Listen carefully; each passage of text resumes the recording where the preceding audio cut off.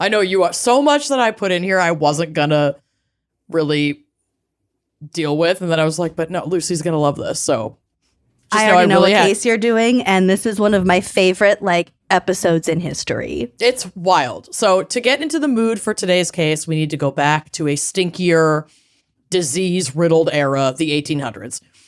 Because Wool today, socks. Yep, Ugh. we're talking about the tragic and mysterious story of Franklin's Lost Expedition. Yes. So Franklin's Lost Expedition is one of the most famous and tragic tales of Arctic exploration. In 1845, Sir John Franklin led two ships, the HMS Erebus and the HMS Terror. Yeah. I don't know why they named it that. Girl, well, I tried to find out. I failed. On a mission to find the Northwest Passage, a coveted sea route that would connect the Atlantic and Pacific Oceans, we were so obsessed with expanding trade, especially from Europe to North America. Mm-hmm. And so this was explored as a more direct path, but my God. Weren't they looking for the Northern Passage that would be a shortcut over the top of the globe? Correct. Instead of all the way across the Atlantic? Precisely. Franklin had a storied career in Arctic exploration and was highly regarded, having first traveled to the region in 1818 as a second in command of an expedition towards the North Pole of the ships Dorothea and Trent. Franklin was subsequently leader of two overland expeditions to and along the Canadian Arctic coast. So he didn't just explore by ship, he also traversed areas of the Arctic. He did this in 1819 and 1820 through 1822, and then another mission in 1825 to 1827. So they were dope. This is our guy. Bitch knows the Arctic. Lock him in. The expedition aimed to traverse the last unnavigated sections of the Northwest Passage in the Canadian Arctic and to record magnetic data to help determine whether a better understanding could aid navigation. Oh, because they're compasses. Correct. This was and remains a dangerous region to travel through. The ships were equipped with the latest technology of the day, which included steam engines, so they didn't have to be humanly rowed, basically. What? These ships were also huge, but steam engines were fairly new technology. Oh, I get, okay. I heard humanly rowed, and that didn't. So they didn't have to be.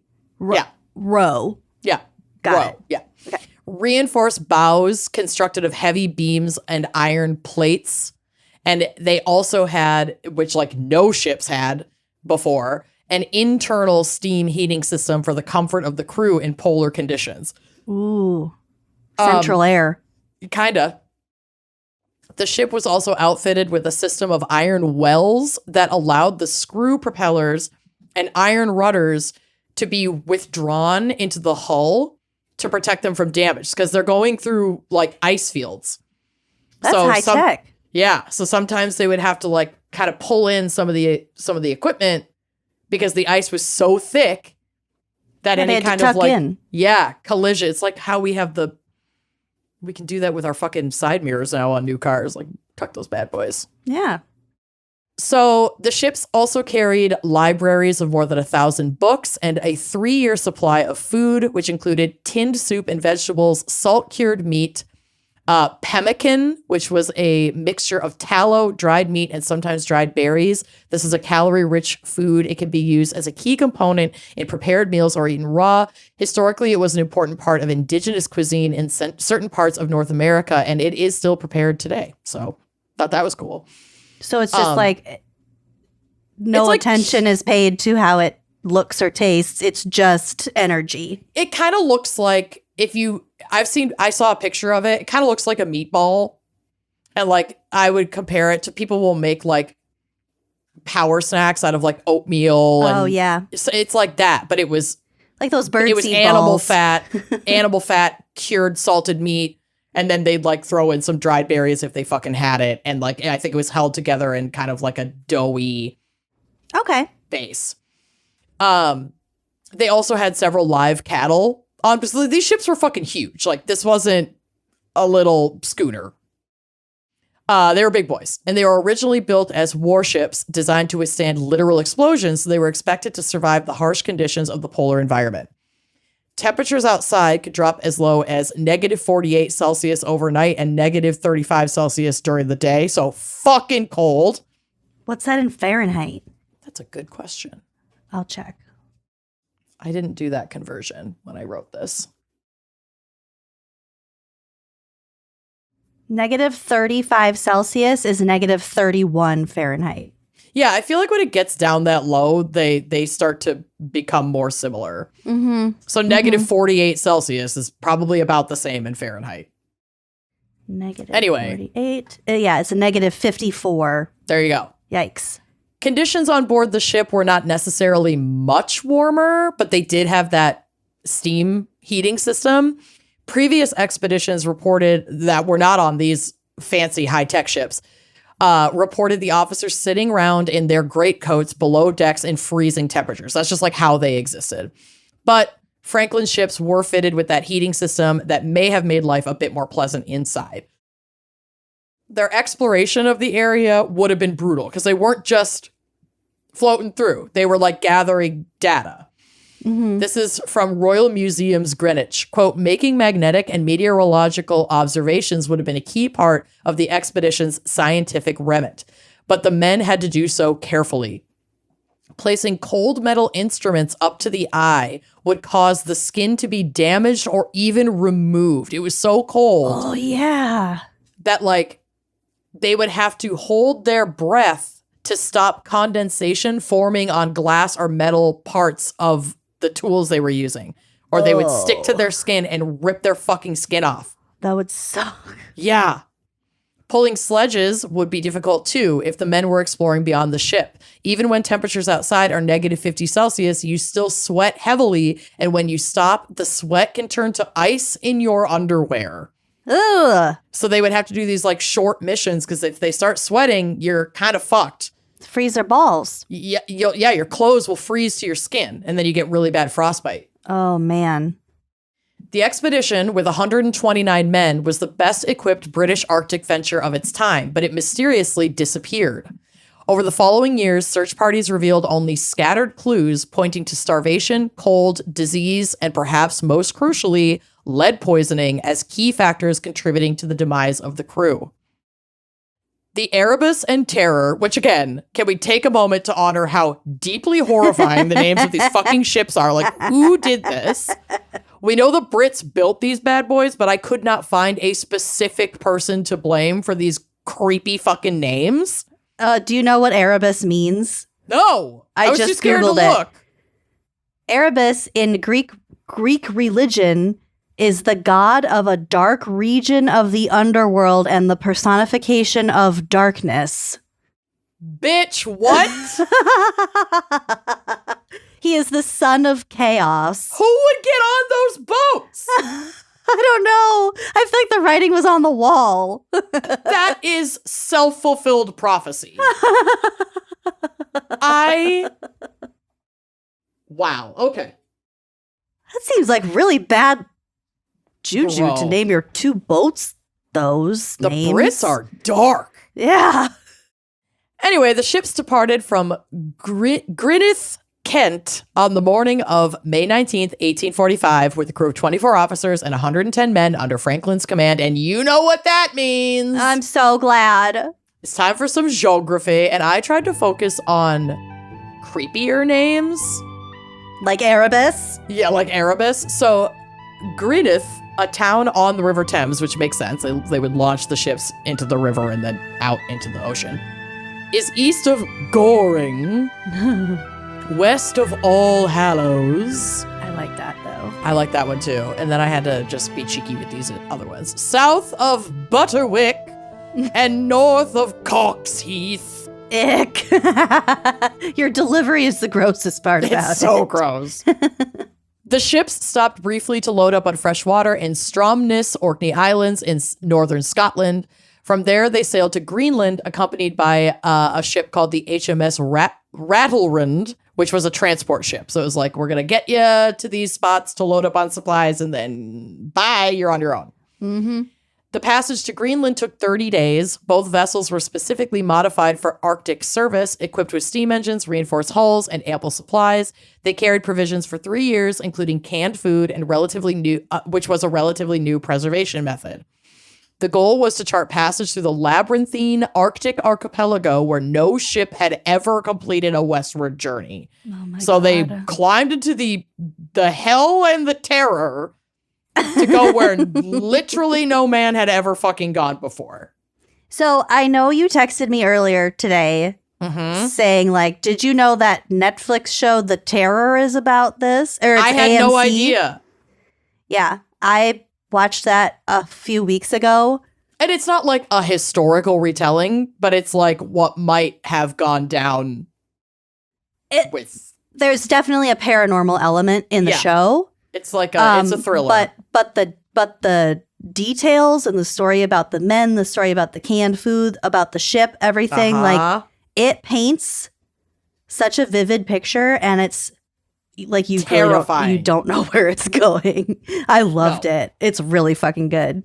Well, and I love the idea that, like, yeah, there's a paranormal theme that runs through it, but it also could be a commentary on their psychological states. Totally. As the paranoia and the I think it's what they might have been experiencing because of the lead poisoning. Yeah, you could read it as really allegorical. Yeah. So they left in May, and by July of 1845, the ships had been seen by whalers in Baffin Bay, where they were waiting for better conditions before continuing on to enter into the unknown ice field. So it had taken them all those months to even get into position to, like, go into the Northern Passage. That was the last time Europeans saw the expedition alive.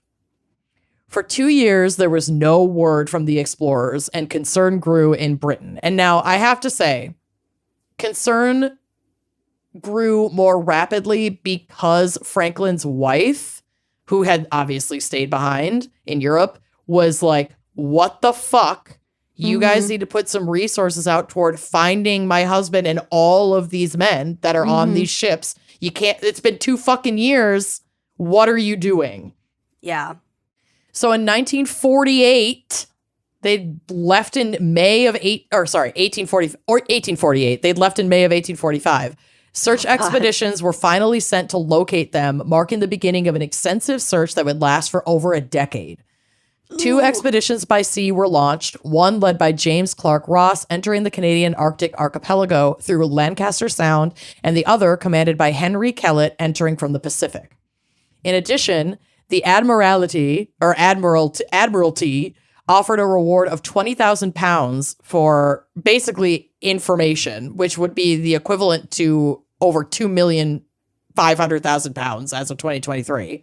Wow. Quote, to any party or parties of any country who shall render assistance to the crews of the Discovery ships under the command of Sir John Franklin. When the search effort failed, British national concern and interest in the Arctic increased until, quote, finding Franklin became nothing less than a crusade. They were looking and looking. They were obsessed with finding him. They couldn't find shit. Not a ship or anything. Nope. Ballads such as Lady Franklin's Lament, commemorating Lady Franklin's search for her lost husband, became popular. I have a link to a YouTube video of it. It's been, like, used in a bunch of songs. I was going to play it, but for time, I'm going to let you guys go find it on yourselves. But I will have it in our sources. But it's a haunting song about this lost crew and these lost ships.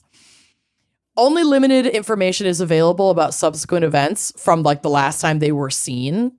And more information has been pieced together over the next 150 years by other expeditions, explorers, scientists, and interviews with Inuit peoples in the region. So they were last seen by Europeans right before they went into the passage, basically, but there were still Inuit communities that, like, lived in and around those more isolated areas.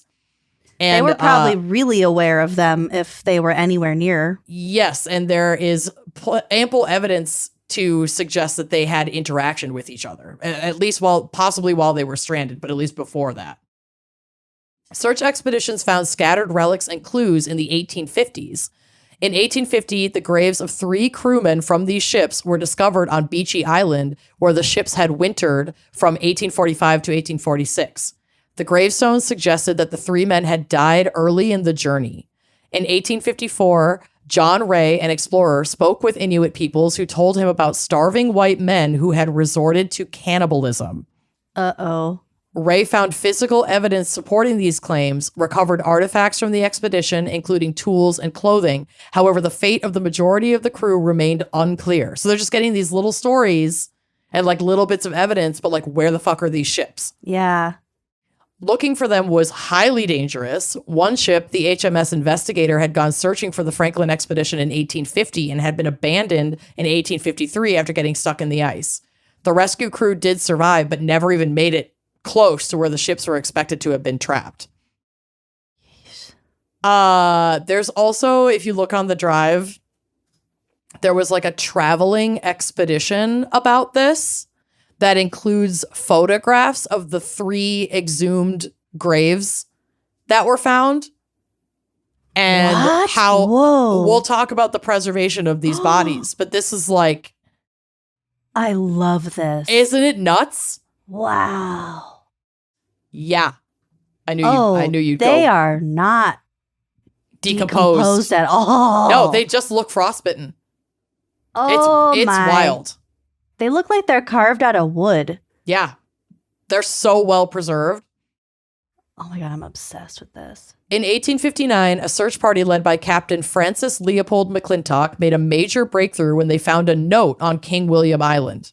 The note, called the Victory Point Note, a 2-part letter found on King William Island, remains the only first-hand accounting of what was going down. According to the note, Franklin's men spent the winter of 1845 to 1846 on Beechey Island, which we knew because the 3 crew members who had died were buried there. After traveling down Peel Sound through the summer of 1846, hoping that there was like some melt and they could make their way back into the passage, Terror and Erebus became trapped in ice off King William Island in September of 1846 and are thought never to have sailed again. According to the second part of the Victory Point Note, dated April 25th, 1848, and signed by crew members Fitzjames and Crozier, the crew had wintered off King William Island in 1846 to 1847, and then again in 1847 and 1848, and Franklin had died on June 11th, 1847. So their leader died. The remaining crew had abandoned the ships and planned to walk over the island and across the sea ice toward the Back River on the Canadian mainland, beginning on April 26, 1848. In addition to Franklin, 8 other officers and 15 men had also died by this point, before the remaining people were like, well, we got to walk because there's nowhere else we can go. So I don't know if you know this, or if this is accurate, or if you have this information, but in the show, it was like at least 500 miles. They were going to have to walk through and like easily pull their sleds and stuff. Easily. Ugh. Yeah. The Victory Point Note is the last known communication of the expedition. Of the crew who decided to walk the ice to the mainland, none survived the march. Ooh. Skeletal remains, artifacts, and more evidence of cannibalism were found in later years, providing a harrowing picture of the men's desperate final days. It appears some of the men had certainly resorted to cannibalism, as many bodies were mutilated and body parts were found frozen in cooking pots. Oh my God. Yeah. At the ship or on their walk? This is like stuff that's been recovered like years later on the walk. We didn't find these ships until like the last 10 years. This is just shit. They're searching in this giant area on the ice of like where they think they could have gotten trapped and gone down and finding this shit.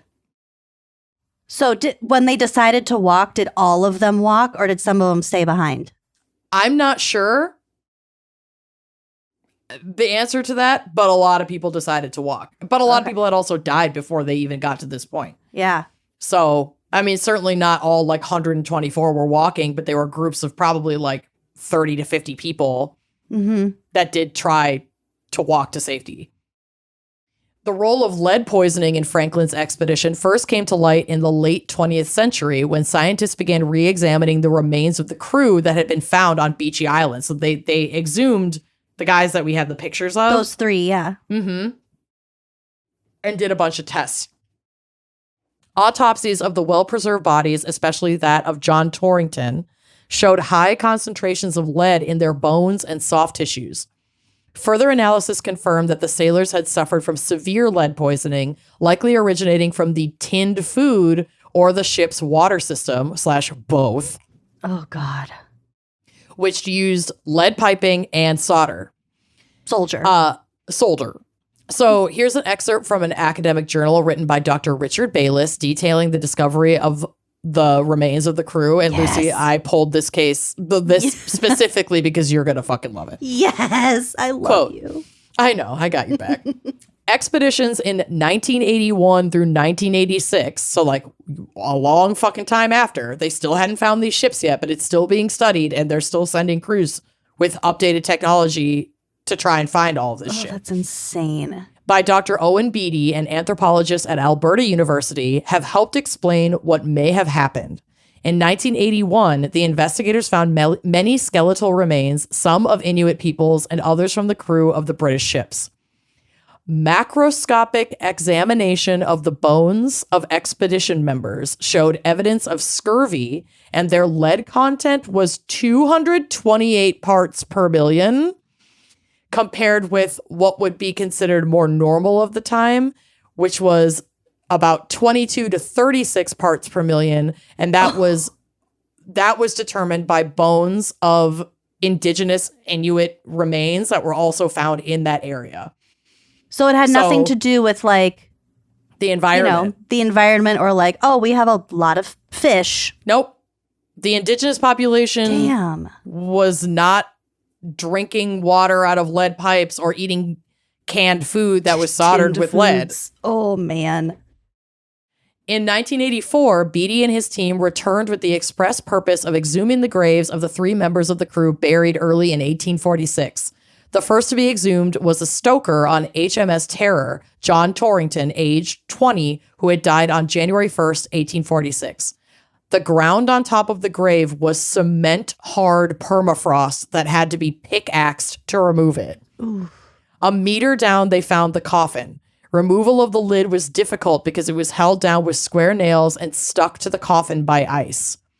The corpse within was frozen in a block of ice. Oh, my God. By pouring water over it, the body was thawed out and proved to be well preserved after 138 years.